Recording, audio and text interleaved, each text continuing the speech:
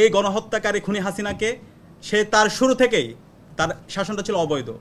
সেই খুনি হাসিনাকে 2019 সালের ডাকসুতে তাকে আজীবন সদস্য হিসেবে একটা প্রস্তাবনা তখন দিয়েছিল। স্বাধীনতার পরে বাংলাদেশে আজ পর্যন্ত মাত্র 7 বার ডাকসু হয়েছে, তাই করা হয়েছে। তো আমরা বলেছিলাম, আমরা যখন বিপ্লব পরবর্তী যতগুলো অ্যাক্টিভিজম করেছি, আমরা বারবার বলেছি বাংলাদেশের প্রতিটি ক্যাম্পাসে ক্যাম্পাসে ছাত্র সংসদ নির্বাচন দিতে হবে এবং আগামীর ছাত্র রাজনীতি হবে ছাত্র সংসদ নির্বাচনকে কেন্দ্র করে। শিক্ষার্থীদের নির্বাচিত প্রতিনিধিরাই প্রতিটি ক্যাম্পাসে ক্যাম্পাসে নেতৃত্ব দিবে, তারা শিক্ষার্থীদের ন্যায্য দাবির কথাগুলো বলবে। এবং সে আলোকে ডাকসু নির্বাচনের পরে আমরা ডাকসু নির্বাচনের সময় আমাদের যে ইশতেহার ছিল সেখানে আমরা বলেছিলাম সবাই ডাকসু নির্বাচনকে আমরা একাডেমিক ক্যালেন্ডারভুক্ত করতে চাই। এবং সে আলোকে আজকে আমাদের যে কার্যনির্বাহী সভা হয়েছে সেখানে প্রথম এজেন্ডায় ছিল ডাকসু নির্বাচনকে একাডেমিক ক্যালেন্ডারভুক্ত করা। তো আজকে আমাদের ডাকসু সভাপতি, বিশ্ববিদ্যালয়ের VC professor doctor Niaz Ahmed Khan sir সহ ট্রেজারার স্যার সবাই উপস্থিত ছিল এবং আমাদের 28 জন কার্যনির্বাহী সদস্যদের সবাই একমত হয়েছে ডাকসু নির্বাচন বিশ্ববিদ্যালয়ের একাডেমিক ক্যালেন্ডারভুক্ত হবে।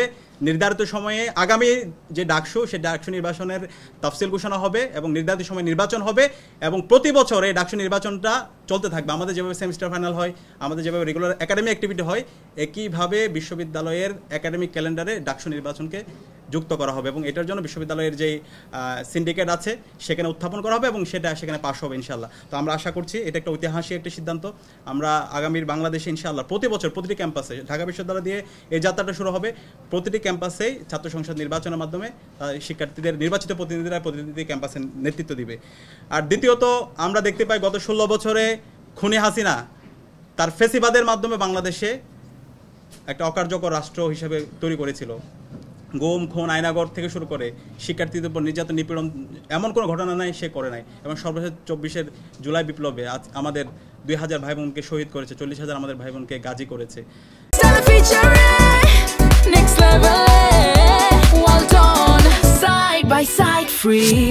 এই গণহত্যাকারী খুনি হাসিনাকে সে তার শুরু থেকেই তার শাসনটা ছিল অবৈধ। সেই খুনি হাসিনাকে 2019 সালের ডাকসুতে তাকে আজীবন সদস্য হিসেবে একটা প্রস্তাবনা তখন দিয়েছিল। কিন্তু ডাকসুর যে গঠনতন্ত্র, সেই গঠনতন্ত্রে কাউকে আজীবন সদস্য বানানো সেটার কোনো ইখতিয়ার নাই, এটা সম্পূর্ণ একটা অবৈধ এবং অগণতান্ত্রিক।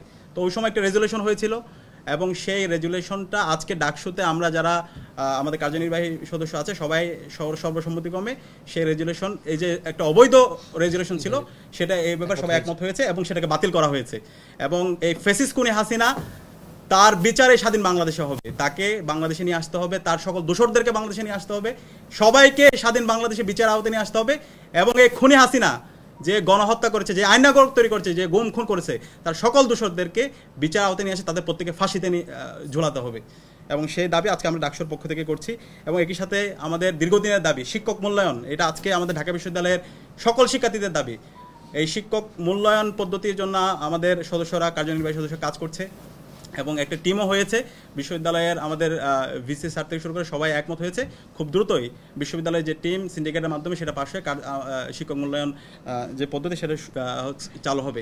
একই সাথে মাতৃত্বকালীন ছুটি, মাতৃত্বকালীন ছুটি থেকে শুরু করে যেগুলো মৌলিক যে বিষয়গুলো ছিল সেগুলো খুব দ্রুত বাস্তবায়ন হবে। তো সব মিলিয়ে আজকের যেখানে যে সিদ্ধান্তগুলো হয়েছে সেগুলো ফর্মালি আমরা প্রেস রিলিজের মাধ্যমে আপনাদেরকে জানিয়ে দেব। এবং আমাদের আজকে এবং আগামীকাল 2 দিনব্যাপী ক্যাম্পাসের সর্বস্তরের শিক্ষার্থীদেরকে নিয়ে খুনি হাসিনা এবং তার সকল দোষরদের বিচারের দাবিতে আমাদের বিক্ষোভ আছে এবং সারা রাত ধরে ক্যাম্পাসের 13টা পয়েন্টে বিশ্ববিদ্যালয়ের শিক্ষার্থীরা অবস্থান নেবে এবং আগামীকাল সকাল থেকেই ক্যাম্পাসে অবস্থান নেব। ক্যাম্পাসে যত ফেসিবাদের দোষর আছে, সেটা স্টাফ হোক, শিক্ষক হোক, প্রত্যেকের বিরুদ্ধে বিশ্ববিদ্যালয় প্রশাসন যেন ব্যবস্থা গ্রহণ করে এবং দেশের যে আইন আছে সেই আইন অনুযায়ী যেন তাদেরকে বিচারের আওতায় নিয়ে আসা হয়, সেটার জন্য আমরা আমাদের জায়গা থেকে যা যা করা দরকার সেটা আমরা করবো এবং বিশ্ববিদ্যালয়ে প্রশাসন সে ব্যাপারে একমত হয়েছে।